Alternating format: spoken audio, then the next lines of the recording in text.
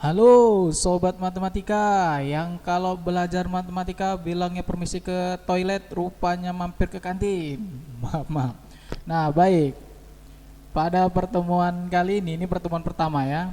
Kita belajar dengan menggunakan video. Biasanya kalau kita belajar menggunakan tatap muka ini kita agak lebih high sedikit ya kualitasnya ya, belajar menggunakan video.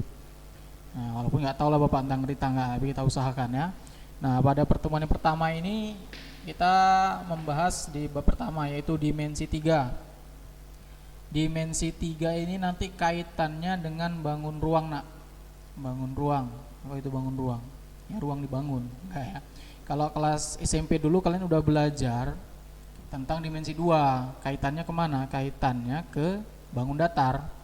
Kayak misalkan persegi, persegi panjang, segitiga, itu bangun datar. Kaitannya ke dimensi 2. Kenapa? Karena dia cuma punya 2 dimensi.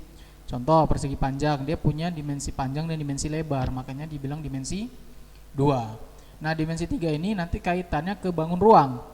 Bangun ruang itu contohnya apa? Misalkan kubus, balok, tabung, dan lain sebagainya. Itu dia memiliki 3 dimensi. Apa aja dimensinya? Contoh ya, bangun ruang persegi panjang. Persegi panjang itu kok bangun ruang persegi panjang? Bangun ruang balok. Dia memiliki 3 dimensi apa aja? Dimensi panjang, dimensi lebar, dan dimensi tinggi. Makanya dia termasuk dimensi 3 bangun ruang itu. Nah, baik, untuk lebih memahami tentang materi dimensi 3 ini, kita ikutin slide yang udah Bapak buat ini ya. Nah, perhatikan. Pertama itu kompetensi dasar. Kompetensi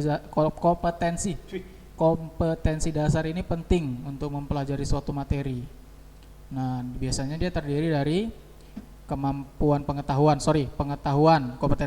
dan kompetensi keterampilan. Kompetensi pengetahuan itu diwakili nama ini 3.1, mendeskripsikan jarak dalam ruang antar titik, titik ke garis, dan titik ke bidang. Nah, untuk kompetensi dasar keterampilannya itu nanti diwakili 4.1, yaitu dapat menentukan jarak dalam ruang antar titik, titik ke garis, dan titik ke bidang. Nah, masuk selanjutnya yaitu indikator. Apa itu indikator? Indikator itu ciri-ciri atau tanda-tanda siswa atau peserta didik itu sudah mampu menguasai suatu materi. Nah, indikator pada materi ini apa? Konsep dasar titik. Nanti kalian bisa mengetahui konsep dasar titik, garis, dan bidang. Nah, sebenarnya ada banyak untuk bab ini. Cuman itu aja dulu untuk pertemuan pertama ya. Jangan banyak-banyak lah dipelajari. Banyak yang dipelajari, banyak yang lupa ya kan. Lebih baik sedikit yang dipelajari, kan sedikit yang lupa ya kan. Ya itulah pokoknya ya. Nah, lanjut. Kita masuk ke materi aja langsung ya. Nah, ini pilihan materinya ada 4 Nak di bab apa ini? Dimensi 3. Tapi untuk pertemuan pertama ini kita masuk ke pengertian titik, garis, dan bidang aja dulu ya. Bisa dipahami? Ya. Pengertian titik, garis, dan bidang. Pertama, pengertian pengertian titik. Titik tidak mempunyai ukuran, nggak ada ukurannya, nggak ada ukuran misalkan berat atau ukuran lebar, nggak ada. Titik tidak mempunyai panjang, lebar, dan tinggi, sehingga dikatakan berdimensi 0. Ya, titik itu dia dimensinya 0. Titik nggak punya panjang, nggak punya lebar, dan nggak punya tinggi. Titik dilukiskan dengan tanda nokta, lalu diberi nama titik. Nokta tuh kayak mana? Contoh misalkan pulpen, ujung pulpen itu kalian tempelkan di buku. Nah, itu namanya nokta apa ini? Kita keluarkan. Nah, nokta itu yaitu pulpen ditempelkan ke buku. Nah, itu nokta namanya. Lalu diberi nama. Nama titik itu menggunakan huruf kapital. Bebas huruf kapital dari A sampai Z ya. Nah, A, B, P, dan Q dan seterusnya. Contoh titik nih. Hihik A, hihik B, hihik Q, titik A, titik B, dan titik Q. Apa cuma 3 ini aja? Enggak, bisa buat yang lain lah sesuai dengan inisialnya. Pokoknya dia kasih nama huruf besar. Oke, itu tadi pengertian titik. Sekarang pengertian garis. Garis ini kalau secara teorinya, ruas garis AB mempunyai panjang yaitu jarak titik A ke B. Nah, gini, mudahnya itu, konsep mudahnya atau pengertian dasar dari garis yang mudah itu gini. Garis itu ialah 2 titik yang dihubungkan. Nah, sebenarnya garis itu kan kumpulan dari titik-titik. Nah, tapi dia 2 titik aja, dia udah mewakili garis jika 2 titik itu dihubungkan. Garis mempunyai panjang tak hingga, ya nggak terbatas deh ya, digambar hanya untuk mewakilinya saja. Garis yang tergambar masih bisa diperpanjang, ya benar. Contoh garis, tuh perhatikan. Ada titik A, titik B, dan titik C. Ini 3 titik dibuatnya. Nah, A ke B ke C. Nah, inilah garis ABC ya. Sebenarnya tadi yang Bapak bilang tadi, 2 titik aja kalau dihubungkan itu udah menjadi suatu garis. Contoh titik A titik B dihubungkan jadi garis AB, titik B titik C dihubungkan jadi garis BC. Ya kalau 3-nya dihubungkan ya boleh jadinya apa, garis ABC. Nah itu ya, itu tadi pengertian garis. Bisa dipahami pengertian garis? Ya bagus. Tadi yang pertama tadi apa? Nah kan lupa kan, baru 1 menit dipelajari. Pertama tadi pengertian titik. Aduh apa ini, minta di drop out ini. Oke, nah yang ketiga kita masuk sekarang. Oh ini sorry, ruas garis AB tidak sama dengan ruas garis BC. Kenapa ruas garis AB tidak sama dengan ruas garis BC? Ruas garis ini nanti kaitannya ke diagram kartesius. Dia pakai koordinat X, koordinat Y. Nah makanya ini sama AB sama BC itu nggak sama, beda dia koordinatnya nanti ini.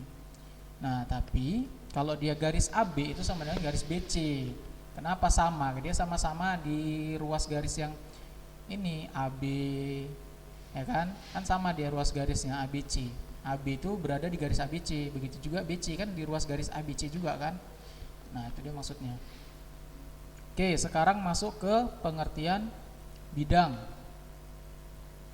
Bidang nanti istilahnya pun ada 2 nih, daerah dan bidang. Daerah mempunyai luas tertentu. Nah, kalau bidang mempunyai luas tak terbatas, hanya dapat digambar perwakilan bidang tersebut. Daerah itu contohnya kayak misalkan bangun datar persegi. Nah ditanya luas daerah kan, luas daerah persegi, bukan luas bidang persegi. Salah kalau bidang, luas itu daerah, luas daerah persegi. Nah kalau bidang apa contohnya? Ngukur baju, bidang bahunya berapa ya kan, bidang pinggulnya berapa, itu dia, itu bidang. Nah contoh bidang tuh, nah bidang tuh konsep pengertian singkatnya gini. Kalau tadi garis itu ialah titik-titik yang dihubungkan, nah kalau bidang itu garis-garis yang dihubungkan. Contoh garis AB, garis BC, garis CD, garis AD dihubungkan jadi bidang ABCD. Nah aduh ini apa nih, ganggu aja nih. Nah kemudian bisa juga ABC dihubungkan jadi bidang ABC, apa bidangnya segitiga kan. Nah dan lain sebagainya. Daerah ABC tidak sama dengan daerah ABCD. Ya iyalah, ABC ini apa, segitiga kan, nggak sama luasnya dengan ABCD yang persegi panjang. Bidang ABC sama dengan bidang ABCD karena karena bila diperluas akan mewakili bidang yang sama ya, bidangnya tetap sama ini kan, ini ya, ABCD ya. Oke, sampai sini bisa dipahami? Si bingung. Oke, Bapak ulang tadi pengertian titik itu noktah. Udah, cuman gitu aja. Kalau garis itu kumpulan dari titik yang dihubungkan. Kalau bidang dia kumpulan garis yang dihubungkan. Bisa dipahami ya? Ada 3 ya. Jangan lupa, nanti Bapak tanya pertemuan selanjutnya lupa. Maklum lah Pak, kami kan orangnya suka melupakan. Alah, jangan gitu. Kalau ini setidaknya dihafal dulu lah. Setidaknya adalah yang kalian hafal dari materi ini ya, minimal judulnya aja lah, nggak apa-apa lah, judulnya udah seneng Bapak kalau kalian hafal ya. Oke, untuk tugas silakan Ananda buat contoh titik, contoh garis, contoh bidang, terserah, nanti tunjukkan sama Bapak lewat WA aja ya. Oke baik, sekian dari Bapak. Tetap jaga kesehatan di rumah, jangan suka melalak, tetap di rumah aja, dan jangan lupa subscribe video Bapak ini di Warung Kelontong depan Mandua. Assalamualaikum warahmatullahi wabarakatuh.